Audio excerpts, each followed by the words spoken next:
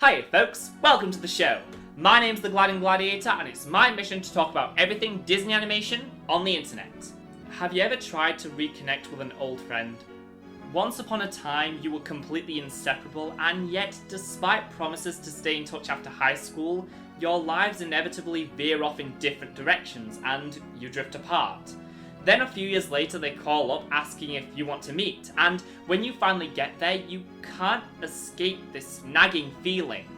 While it's great to see your friend again and reminisce about old times, you can't ignore just how different things are between you now, and that nothing can ever go back to how it used to be. Because that happened to me exactly 1 year ago.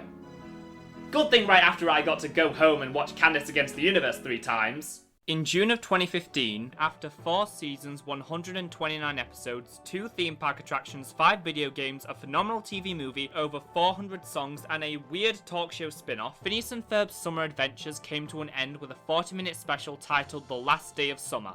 A storyline that focused on Candace and Doofenshmirtz getting trapped in a Groundhog Day time loop where they keep reliving their final day of summer over and over, giving them multiple attempts until they finally accomplish their goals, which leads to disastrous consequences as the characters have to save the entire universe from collapsing in on itself. Because when you already have multiple instances of saving the world, the natural conclusion is, of course, almost destroying and then restoring existence itself.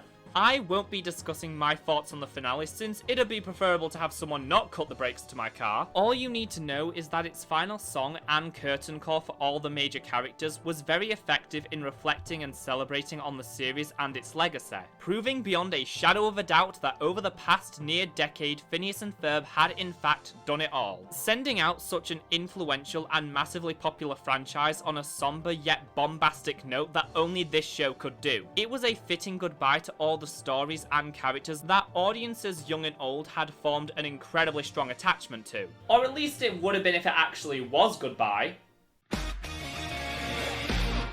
Despite the show having a very fitting send-off and the creators seemingly ready to move on to something new, as the landscape of TV animation was rapidly changing to much more serialized shows that put a heavy focus on continuity and character development, it seemed like both the team behind it and pop culture was growing beyond the simplicity of Phineas and Ferb. Yet, despite all the signs pointing to this show quietly fading into that good night, it just wouldn't stay dead! Shortly after the last day of summer, another Phineas and Ferb special was released, titled The Alka Files. This time focusing on Doofenshmirtz becoming a full agent for the organization without a cool acronym. Something that had previously been explored in the show before, but this was with Doofenshmirtz following his redemption in the finale. However, in my opinion, this special falls short in many ways. The overall story isn't very memorable. They brought back the Bug Trio from Doof 101, who were initially created during development of the series as a third story in addition to the Flynn, Fletcher and Doofenshmirtz plots. I'm starting to understand why it took so long for this show to get picked up. But the biggest issue is easily Doofenshmirtz. As much as I love him, it was not a good idea to have him be the only main character who can actually speak, meaning he spends a lot of the episode talking to himself, which might have been fine for a regular 11-minute episode or even a double-length special, but this was 40 minutes. Not even the songs are able to save this one, as aside from the main theme of the episode, I find them incredibly lackluster and not worth revisiting. It was an alright attempt at trying to do something different with the franchise, but this is nowhere near the quality audiences had come to expect from this show. Are these new plates? I mean, they look the same, but it feels as though they were replaced by exact copies. Yes, and the tree in our backyard is now a pine.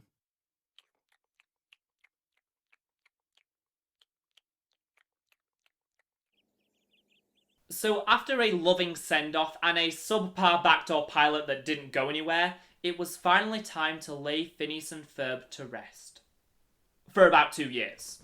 Milo Murphy's Law premiered in October 2016. The series focused on Milo Murphy, a descendant of Murphy's Law, which states anything that can go wrong will go wrong, basically cursing the entire male side of Milo's family. Each episode focuses on Milo and his friends just trying to live their lives while constantly having to survive the onslaught of chaos that comes with Murphy's Law. I won't say too many thoughts on this show, as I have another video already in the works for that, but all you need to know now is that from the very beginning, Milo Murphy's Law was a series intrinsically linked to Phineas and Ferb, despite it being a very different show. The series was also set in Danville and featured many callbacks to the adventures of the stepbrothers.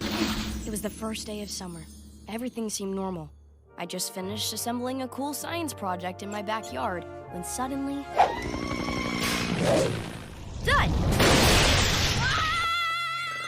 I used to love roller coasters, but I didn't know they could drop from the sky and crush your dreams. Well, that is small pistachios compared to the season 1 finale, where it's revealed the overarching story the series had been building over the second half of the season was all leading up to a big Phineas and Ferb crossover. That would resolve this storyline in order to kick off season 2 and reintroduce Doofenshmirtz and Perry as main characters in this series. While lots of clever stuff was done with Doofenshmirtz's addition to the show, including giving him a very compelling character arc, one cannot deny having the second series by Dan and Swampy be so heavily tied to their previous work hurt Milo's chances when it came to standing out from its predecessor and finding its own audience, leading to the series getting cancelled after only 2 seasons and 41 episodes. That wasn't the only reason. I mean, it wouldn't be a modern Disney TVA series if the executives didn't sabotage it in some way, but despite the intentions of the creative team, tethering Milo to Phineas did way more harm than good. Milo Murphy's Law aired its final episode on May 18, 2019, to the disappointment of its fans. As much as I love Phineas and Ferb, the constant attempts at trying to keep it alive were now not only threatening to damage its own legacy, but had effectively killed another show that held so much promise. If they want to bring it back so badly, just do it!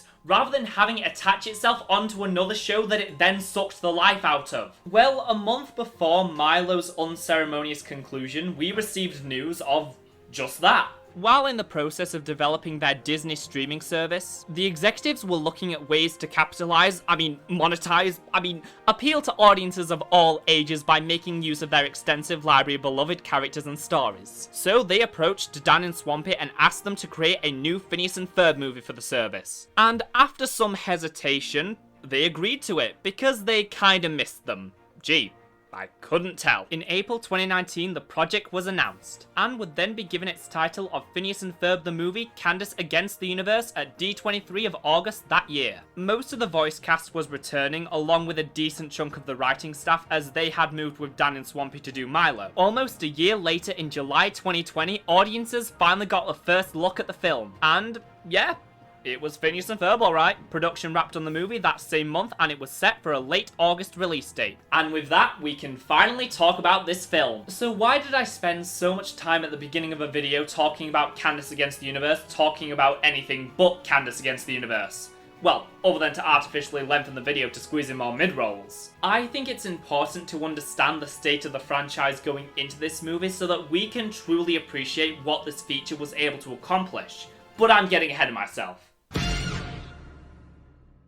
To say the fans were hyped for the grand return, but not really, of these characters would be an understatement. The fandom absolutely exploded in popularity. People were losing their minds over every minor piece of info or new image we saw from the film. And that's not even mentioning the amount of YouTube content discussing the series and its legacy that was released around this time. From huge multi-channel projects, dedicated breakdowns of all the news, and some weird guy who wasted 3 weeks of his life trying to come up with a logical explanation for the series' many timeline inconsistencies, purely because he wanted to do something different from everyone else, despite if it was good or not. So after the past 5 years of this franchise doing anything it could to remain alive and relevant, was Candace Against the Universe able to live up to the hype and save the franchise from the downward spiral it seemed to be heading towards?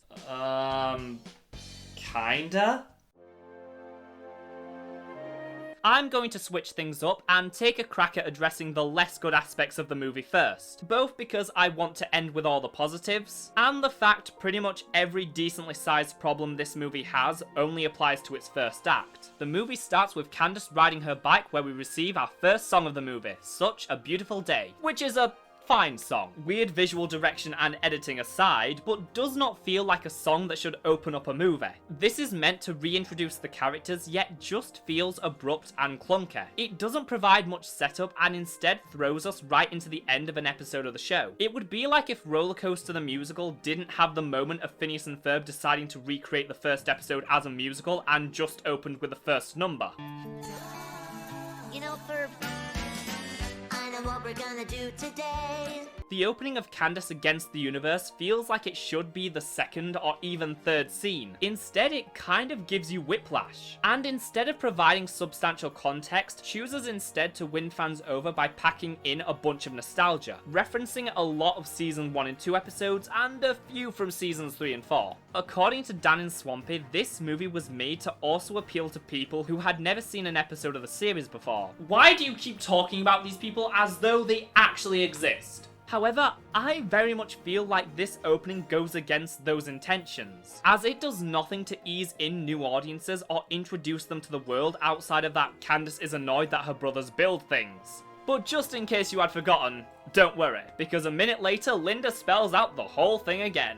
Every day you call and tell me Phineas and Ferb have built some big, unbelievable thing in the backyard. And every day I come home to find nothing there. There's also no introduction to Perry or Doofenshmirtz, as they're already in the midst of a slightly epic battle. These hypothetical newcomers are randomly asked to accept this platypus fighting a man with terrible posture who dresses as a pharmacist, which I think because we grew up on the show and it is an integral part of our pop culture, we sometimes forget how weird this whole thing is. Now let's talk about the animation. Its visuals are incredibly inconsistent. Act 1 was handled by Snipple Animation, who do an alright job at replicating the style of the show but ends up falling short in many ways. The character outlines have much more weight to them. Too many of the drawings don't look very on model, just cleaning up the drawings from the boards rather than altering them to fit an art style that hasn't looked this rough since early season 1. But that was when the show was trying to find its footing and work out the style it wants to follow. Whereas here, it's a noticeable departure from an art style that had remained consistent ever since 2009. While Snipple is an incredibly talented studio, having animated some of the most visually striking episodes of DuckTales, I do not think they were a good fit to handle this movie's first impressions. There's also this weird shift when it comes to how certain elements of the series are presented. In the series, Phineas and Ferb's favourite movies are the space adventure franchise, which have only ever been mentioned as films inspired by both Star Wars and Star Trek. In Candace Against the Universe, Space Adventure is now a cheaply produced TV series that is exclusively a homage to Star Trek. Now, while this irritates me far more than it should and has no effect on the film's actual quality, I feel it's indicative of the movie's biggest failing. The movie sells itself on being the return of a show millions of people love. However, so much of the series' core identity is strangely absent, and that's an issue that does continue throughout the entire movie. So even when we get past that rocky beginning and arrive at the really good stuff, there's always a nagging thought in the back of my head telling me something isn't quite right about this. Again, if we take this as a separate entity from the show, it has no effect on the quality of the adventure. But as I said, this movie was made and marketed on people's nostalgia for the show. Yet so many of the show's iconic catchphrases people are expecting to hear are nowhere to be found. They do manage to include a few, but there's no "What you doing?" and there isn't a Hey,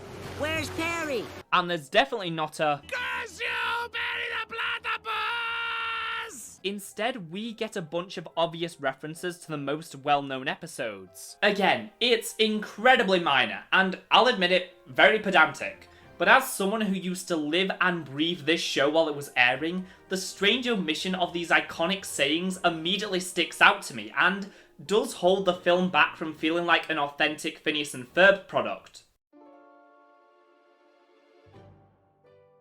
But the time for complaints is over, because despite the movie having a few issues that hold it back from living up to both its predecessor and the show, there's still an awful lot to like about this movie, starting with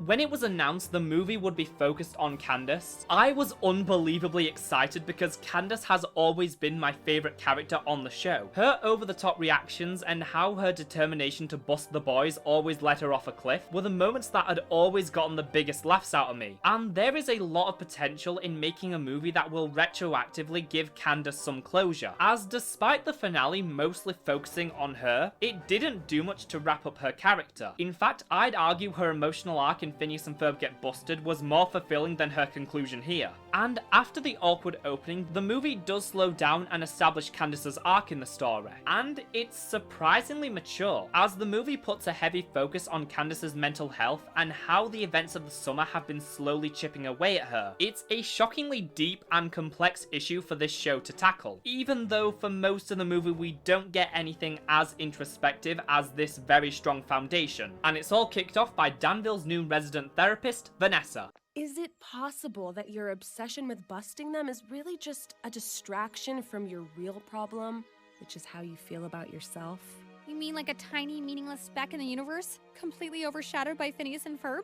That's good. If only they hadn't cut the song that is essential to Candace's emotional journey. But I guess it wouldn't be a Phineas and Ferb movie if a Candace song didn't end up on the cutting room floor. Then she's abducted and taken to Feebleoot, where she meets Super Big Doctor, voiced by comedian Ali Wong, who does a great job at giving this character a very warm and likable presence. Yet, even in those moments, you can tell there is clearly something off about her. She serves as a brilliant foil to Candace, boasting the same obsessive personality and desire for control, which allows Candace to realize how she has treated her brothers. Right before a genius twist when it turns out the only reason Candace is special to SBD is because she produces carbon dioxide, which is what her mind-controlling plant feeds on. This obviously doesn't do much to help Candace's self-esteem or emotional crisis. It all culminates in hands down the greatest scene of the entire franchise, as a guilt-ridden Candace breaks down in tears, beating herself up for every mistake she's made. Ashley Tisdale delivers a heart-wrenching performance in this scene that leaves me in awe every time. In fact, throughout this movie, her acting is stunning. When listening to her, you can hear every single time Candace has failed and her frustration and anguish at the world that has doomed her to never succeed, as Phineas and Ferb come through for her with the gift they made in the first act in order to cheer her up. It may not be as trigger-happy as Across the Second Dimension, but this movie makes its few uses of Chekhov's gun count. Candace then unwraps the present to find a mug which projects various moments from the series that demonstrate the love between these three siblings, as the music swells with this beautiful score composed by the legend Danny Jacob, who outdid himself in this movie with the orchestral pieces. If nothing else does,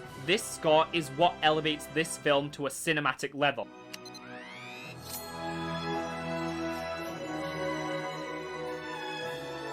I have never been able to make it through this scene without being reduced to a sobbing mess. It's a beautiful conclusion to Candace's journey of self-worth that fully delivered on a moment of character development that was 13 years in the making. But before I get too emotional, let's touch upon the other characters, because the entire cast feel a lot more grounded in this movie, which is especially prominent in Phineas, who is still the same innocent optimist we all know and love, but has a much larger emotional range here that really harkens back to season 1. It certainly handles him a lot better than Across the Second Dimension did. He even gets his own fully realised character arc, finally understanding the effect their adventures have been having on their sister. Phineas and Ferb have always been incredibly supportive of Candace and her goal, but never quite understood her or what that means.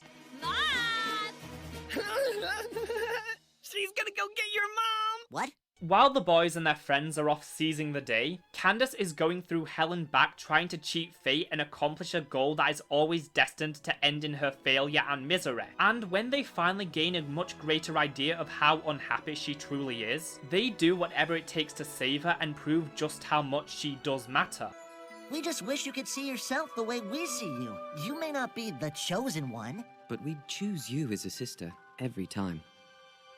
But while all this emotional turmoil is going down, there's still a really fun and energetic side story with Isabella and Doof in a power struggle for who will lead the group, with Isabella having actual experience and common sense, whereas Doof has a bad back. This is mostly just a fun distraction, but it has a really sweet conclusion. Perry also comes along for the ride, taking on the role of a guardian angel to keep his family out of danger, all while having to remain hidden to keep his identity secret. While this means Perry is only able to show up a few times before the end, which is when we finally get some of those golden Doof and Perry interactions, he serves his role well in this movie and gives us a few really fun action scenes throughout. Oh, Vanessa is also here. She's mostly there just to give Hines a motivation and come through to save everyone in the climax of the film. While I would have liked a little more of her, the few scenes we did get were well done, and I don't think giving her a role in this movie was a waste. Having her be the one to kick off Candace's story makes perfect sense, as in her early appearances, Vanessa did play the role of Candace in the Doof and Perry plot, yet she grew out of it, growing an appreciation for her dad and becoming a much more well-rounded person, and now she's trying to help Candace do the same. Her storyline culminates with a visually stunning action sequence on par with Robot Riot from Across the Second Dimension. Speaking of animation, soon as we get past the first act, there is a huge boost in quality. The second and third acts in the movie are handled by Yearn Productions and Synergy Animation. Synergy had worked on the original series from season 2 all the way to the very end, so their stuff feels most in line with what is expected from the franchise. Whereas Yearn, like Snipple, is new to animating the Geometric Head show, but they do a fantastic job, fitting almost seamlessly in with the Synergy portions. Once we arrive on Feebaloot, the design and lighting get a massive upgrade, really conveying the scope of this alien world and, like Across the Second Dimension, showing how out of place the characters are in this location. This also means there is a lot more polish with dynamic lighting and shading on the characters, just to give it that more movie-like quality. Then we get to the songs, which are kind of hit and miss for me. Again, I always prefer songs that are an essential part of the narrative and the characters' emotional journeys, and a few of the songs in this movie just feel kind of unnecessary, and only there to fill time or make a montage slightly more enjoyable. But when they get them right, the songs in this movie are easy contenders for some of the greatest in the franchise. The two big standouts are Adulting and Us Against the Universe. Adulting is a very fun, catchy song that gives us the Isabella and Doofenshmirtz duet we didn't know we needed, and even 5 years later they still maintained the most essential aspect of Phineas and Ferb: weird dance moves. Then there's Us Against the Universe, a song that begins as very slow and somber, then starts to gradually pick up in energy and visual flair as it goes on. It's a great callback to the other finale numbers like Summer Belongs to You, Carpe Diem, and Curtain Call, yet outranks all of those in terms of emotional catharsis. This was these characters' most dramatic and meaningful adventure ever, and the song serves as an excellent roundup of all these emotional conclusions, calling back to the theme of non-standard and found families that has always been at the centre of the series. It has the same big band instruments and infectiously catchy tune you'd expect from this show, but elevated by a strong sense of togetherness, highlighting how strong the bonds are throughout the cast and sending the movie out on the highest note possible.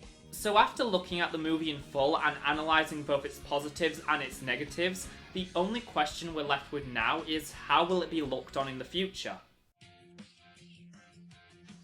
Phineas and Ferb the movie, Candace Against the Universe, starts out feeling like a pale imitation of the iconic and beloved animated series from the late 2000s. There's some great ideas, but with very flawed execution, and it just seems to be missing that spark. Then by the time the plot kicks into full gear and the characters start exploring the mysterious and highly detailed location of Feebaloot, it sort of finds its footing as the pieces of a fantastic Phineas and Ferb adventure start to fall into place. Then it completely sticks the landing, delivering the most emotionally compelling and heartfelt story of this franchise to date. Through all its ups and downs, what we're left with is a film that was able to redeem the Phineas and Ferb franchise and make a compelling case for why it should be allowed to continue beyond this point. When I first saw this movie, I was caught up in the hype of seeing my favourite childhood characters in their element again, which is why I wanted to revisit it a year later and see if it'll stand the test of time. While through this analysis, I have come to greater understand and accept accept the many ways this film falls short, I also now appreciate what works about it even more. Across the Second Dimension is the most consistent overall product, but I think this film reaches much higher heights. Moving forward, I think it will be seen as a worthy addition to the series and its legacy, for giving closure to one of its most important characters and proving once again how powerful this franchise is. I mean, just the movie's initial announcement led to a huge boom in the fandom, and very much like Across the Second Dimension before it, the film was a huge success, being the third most viewed movie on Disney Plus in 2020, right behind Hamilton and a movie that doesn't exist. Just goes to show that even almost 15 years after it premiered, Phineas and Ferb still remains one of Disney's biggest franchises that shows no signs of stopping anytime soon. As a matter of fact, even before Candace Against the Universe released, Dan and Swampy revealed they were already in talks with Disney about a third film, which, let's be honest, is most likely already being worked on. At the very start of this video, I was giving the show, and to an extent, Dan and Swampy, quite a bit of grief for how they had been artificially trying to keep the show going after the finale. But I mean,